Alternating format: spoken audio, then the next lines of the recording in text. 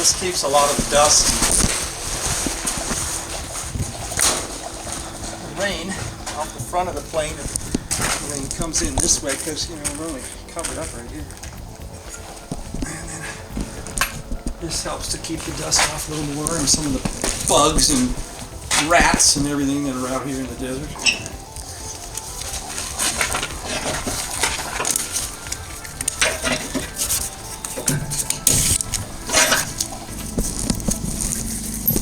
This holds the tail straight so it doesn't get blown up.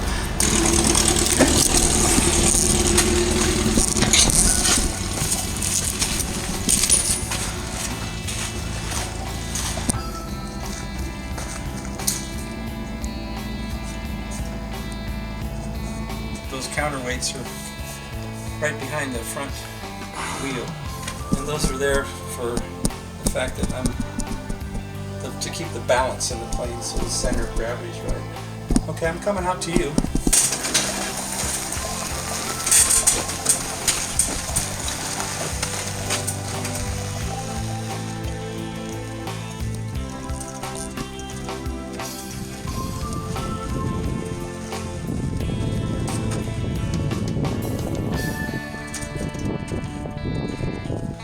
Storage purposes, these back elevator braces are taken off so I can get underneath those other wings. HL has created a nice little system that I can just reattach them fairly simply with a little pin, unattach them when I'm ready to put it away again. And that helps to stabilize.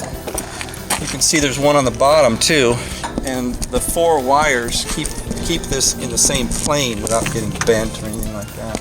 If you pull on the handle, you can see the handle back there. If you pull back, this makes the wing, the tail end go down, tail end down, and up, down by pushing it forward. Walk around. I'll do a little bit more thorough around the engine because I haven't flown in a month. And the plane has been covered, but there's been some weather and cold temperatures, things like that. And you look inside because this moves your ailerons, which makes you turn like this.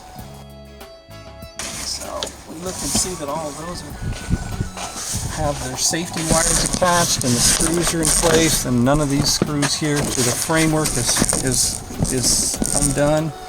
Everything looks good there, and then we zip her back up again.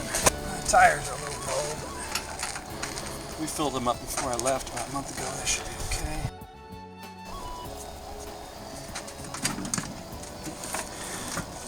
Caps on. Antenna for the radio. This is the intercom piece that I just bought. It's a new one. The kind of the housing for this is a sewn thing that straps onto one of the things back there, and I think it's in the truck.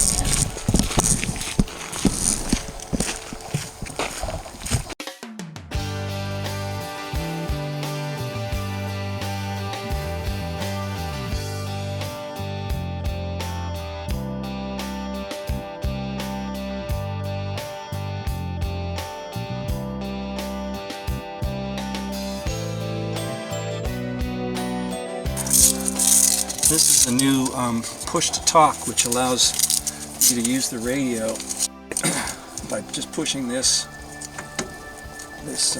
indicator here.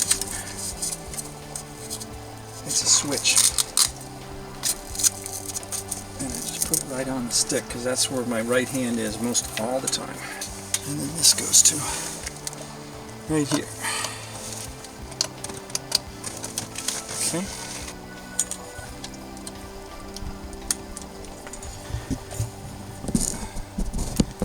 These little tie things, they get out here in the desert, they get dry. These little wire ties. Every place I keep a bunch of those in stock. You gotta replace them all the time. They break. See, got a little thing on here. Wire ties, cable ties. This connects the radio to the intercom system, so that when I push to talk, it is connected to the radio, it disengages the intercom between the two pilots, and it allows me to talk directly to a tower or another airplane or something. What I'm doing is just feeling for anything that's inconsistent, and I do this a little bit too to see if there's a bend or a break in the leading edge of the wing. And it's a dual thickness piece of aluminum that goes the length of the wing, and it attaches with cross sections. You can see some of them in the shadow. This is the keep little bugs out of my airspeed indicator, and you want that to be reading accurate, and all it does is reads the amount of air that comes through. It has a gauge on here that will display the change.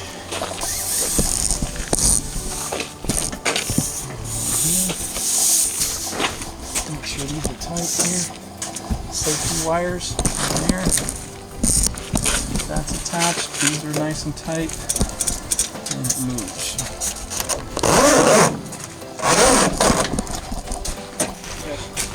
About here. These are my strobes that operate off the battery, and during twilight flight it's probably more likely that they would come into being, but they're on all the time, and so I like them. They're not necessary, they're not required, and especially if you're coming straight on, they're on either side of your wing, and it shows somebody how wide your wingspan is, or whether you're a bird or a plane or Superman. You can always test ailerons that they go in opposite directions. Test the bolts here that the tail is secured, not only on the top but on the bottom. Make sure all these bolts are connected. And that these are all connected. This is my elevator. I don't have that. I cannot land this. That. Make sure my stabilizer ring is in good shape. And I test these again right before I take off.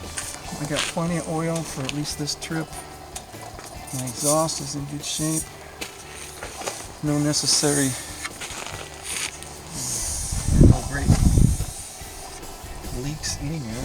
Let me check the propeller for any nicks. I've had that one for a while. I don't really worry about that one. We got a lot of rocks out here, but that's what I put that thing in there, and the one in the front by the front wheels to try to catch any rocks that come here, and maybe let them bounce up and hit the bottom there of the mesh, and then bound beyond this instead of getting hit up from the front wheel, and then they bounce up here before they hit that. Okay, I'm looking pretty good. Also, always check for any leaks in the radiator, and everything looks real good there, and it's nice and secure. And there's a fuel line that attaches to each one of the carburetors, so I want to make those little straps are on there real good. This is the battery connection to the electronic starter if I can't get it started by hand, which might be a possibility after not being started for a month. What I'm doing here is kind of the first step of your pre-flight. Is you're looking at the symmetry of the plane, making sure that since you haven't been here for a month that somebody didn't drive their other plane into it or fly into it and bend something. And everything looks pretty good, you know, the wings are level with the stabilizer wing, and everything looks pretty good. The wheels are in good shape. Nothing that's coming out and telling me that there's a problem. I wear earplugs underneath my headphones because it's kind of double protection against the sound of the engine, especially at high RPMs. These two-stroke engines, they full throttle is about 6,600 RPM, for those of you who know anything about two-stroke engines. And we cruise around at about 5,800, so it's quite a bit more, almost twice as many RPMs as a four-stroke engine would cruise at. They cruise at about 25 to 26, something like that. And they're still going faster than I am. I'll put it up over my nose later. Even though it's not too cold out today, I'm going to wear my full jacket because I want to be comfortable. And I'm probably going to go up. Oh, we're at 2,000 foot elevation here, 2129. And if I go up 1,000 feet, I'll be 3,000 feet up from sea level, and during the middle of the winter that might be a little cold, but I don't plan on being much higher than that today. We're just going to do a couple of touch and goes maybe, and I'll go do a little kind of a little test over there on 2 Mile Hill with the camera and see that the camera is out of place.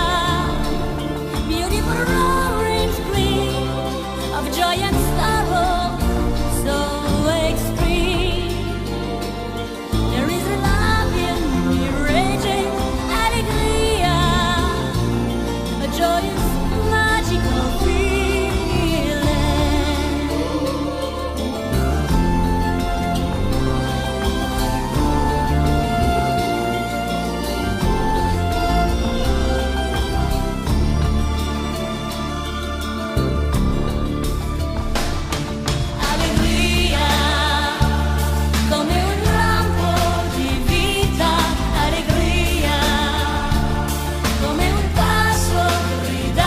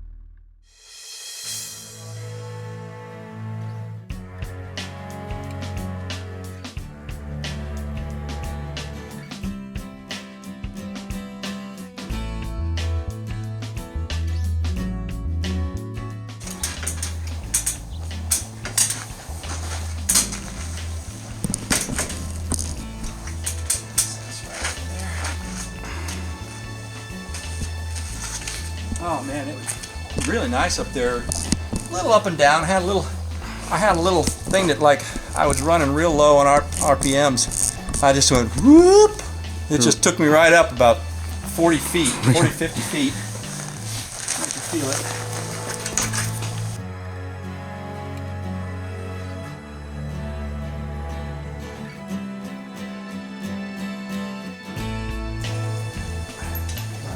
You know, after not flying for a month, I feel like I never skipped a beat.